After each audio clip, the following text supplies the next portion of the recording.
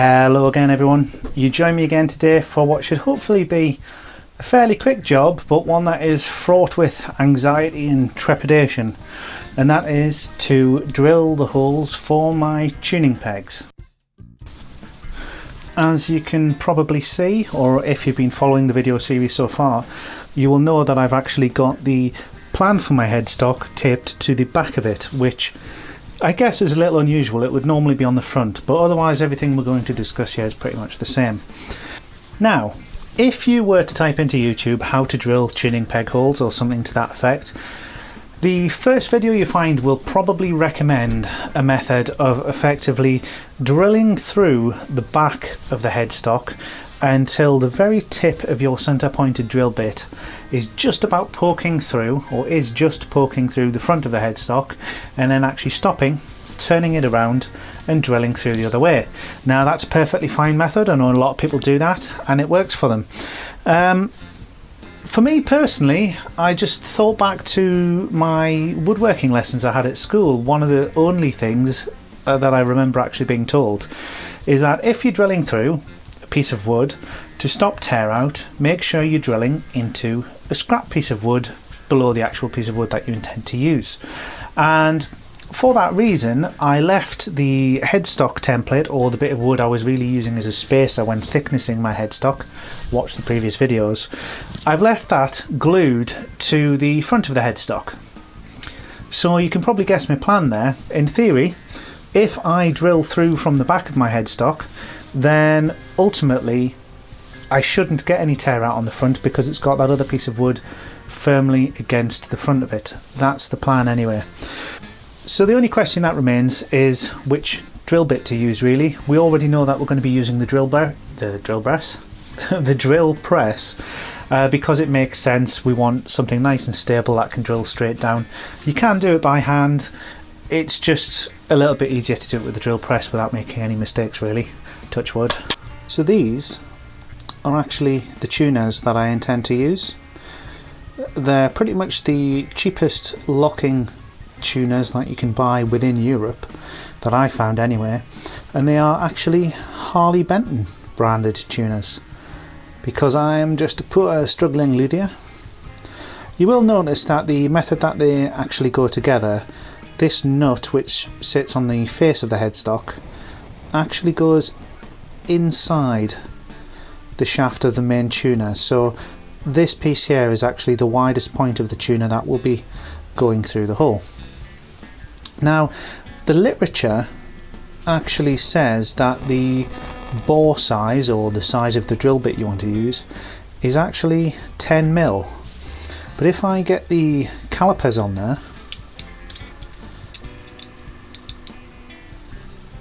at the widest point you can see that it's a little under 10mm. Now the question then becomes, how tightly does your tuning peg actually have to fit the hole? And the truth is, depending on what style you're using, on most styles such as this one, it doesn't really actually need to be that tight. I mean, there will be plenty of people in the comments of the Tonewood evangelist type, no doubt, will have ideas something along the lines of, well, the tighter the hole is, the better contact you get with the wood, transfer vibrations, all of that kind of thing. And to be fair, they might be right, and I think it's probably the mark of a quality guitar builder, or someone taking their time, that they've actually took the effort to get those tuning pegs fitting nice and tight. But as I can certainly tell you from many of the cheaper guitars that I've set up over the years, you often find, at least at the cheaper end of the market, that once you take your strings off your guitar, there's quite often a tuning peg or two that's not fully tight in the hole, and it doesn't really matter that much as long as it's flush up against the body and you've got tension on it when it's tuned. So I could drill to 10mm, and I may find that these things are a little bit loose, but do I care? Not really. The other option I would have is to maybe take a 9.5mm drill bit, drill them out to that width, and then just gradually increase the width of the holes using something called ARIMA, which I think I've got one lying around here.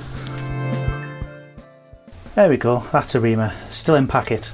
And you would just pop that in the hole, place a very slight downward pressure on it and turn it basically, and that would just gradually widen the holes up to a given taper. That was very inexpensive to buy on Amazon.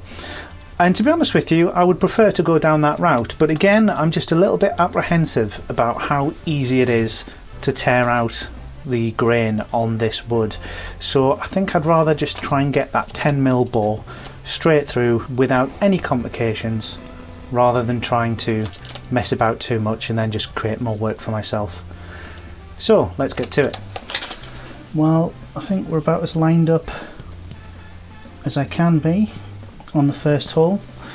I've taken the opportunity to sort of turn the widest bit of the drill round 90 degrees and just check that it's from different angles, that it looks like it's centered.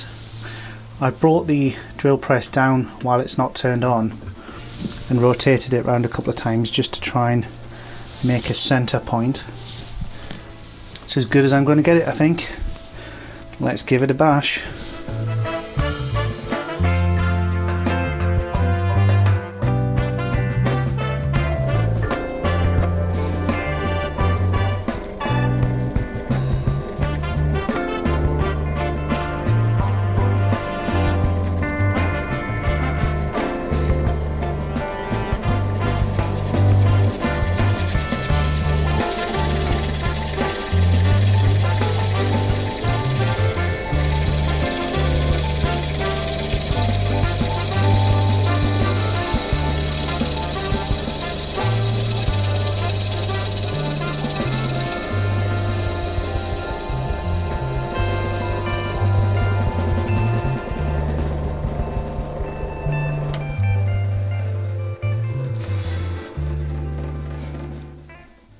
Looks good.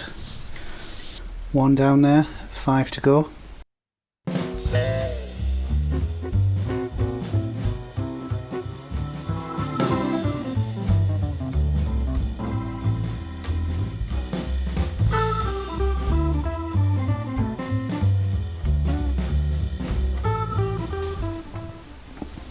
Test fitting the peg in the hole there. I can see that it fits very well. It's not tight, but it's not actually as slack as I'd imagine, so that's good. Let's carry on.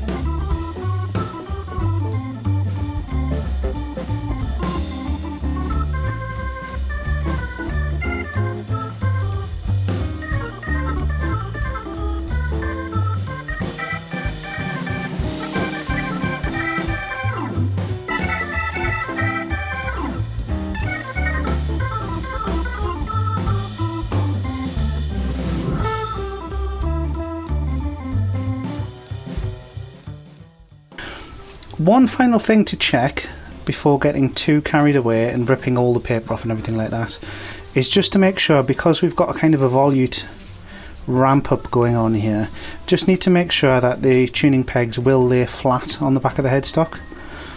which they do, and I have to say those holes are feeling perfectly fine. I was worried they were going to be a little bit too loose, but actually the instructions were correct. 10mm seems to be bang on. I can see that the two tuning pegs at the top there are going to be very, very close to each other, possibly even touching, but there is just enough room to get them on there. So there we have it, all 6 holes. They certainly, when I'm looking at them head on there, look well enough aligned to me. I can't really detect anything wrong with them at all. The actual curves on the outside of the headstock aren't perfectly aligned, so that actually helps with masking probably any slight differences between them. Just looks like they're going with the curves of the headstock. Time to get the paper and wood ripped off this thing and go for the big reveal, I guess. Big reveal time. There we go. That looks pretty tasty to me. I've just been cleaning the headstock a little bit, so the wood might look a little bit darker than it did before, but that is pretty much the colour I would expect it to look under finish. And it looks gorgeous. That's why I'm persevering through with this palm wood, really, because I think it'll look pretty stunning when it's finished. The drilling went very well. If I'm honest, I think there might be the tiniest little bit of tear out right in the corner of that tuning peg hole, but given that the tuners have washers around them, they will cover that right up, so I'm really not too worried at all. There is some gunk on the back of the headstock that I need to clean up. You can see it reflecting the light there. That's just temporary spray adhesive that I used to put the paper template on. A little bit of an extra job for myself there to clean it up, but I think it was worth having that on there, certainly for drilling those holes. Looks really good. The only thing left to do is test fit the tuning pegs now that everything's been drilled. The thickness of the headstock is right on the limit of how thin it can actually be to be compatible with those tuners, so I just need to make sure that it's still okay and see how much room I've got left for any sanding that I might have to do. So I'll just do that now before we wrap up. And there we go. Test fit of the machine heads. Don't know about you guys, but it looks good to me. They are currently being held in place just by the central nut. I don't have them screwed in, so we're not too thin yet, although I do think some of them are pretty much right on the limit of ability to tighten, so I need to be really careful if doing any sanding to take the absolute minimal amount off. If I found myself in the situation where the tuners weren't going to fit, kind of have two options really. Either build up on these kind of tuners. I could actually put another washer behind this one to effectively make the tuning heads narrower, or more commonly I could put a veneer on the front or the back of the headstock, as I preferred. I'm trying to avoid doing that if I can though, because I really like the look of the wood with the stripe running through it, so I'd probably go for the washers if I had to, but as it stands, looking pretty good.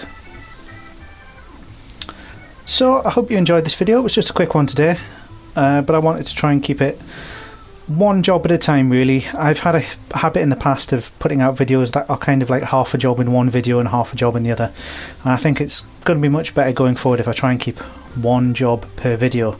The next video is probably going to be carving the neck, because it's still square at the moment, and that is probably the scariest job of the lot of them, so join me for that one next time. Until that next time, please do share, like, subscribe, all that jazz if you've enjoyed watching, and I will see you next time.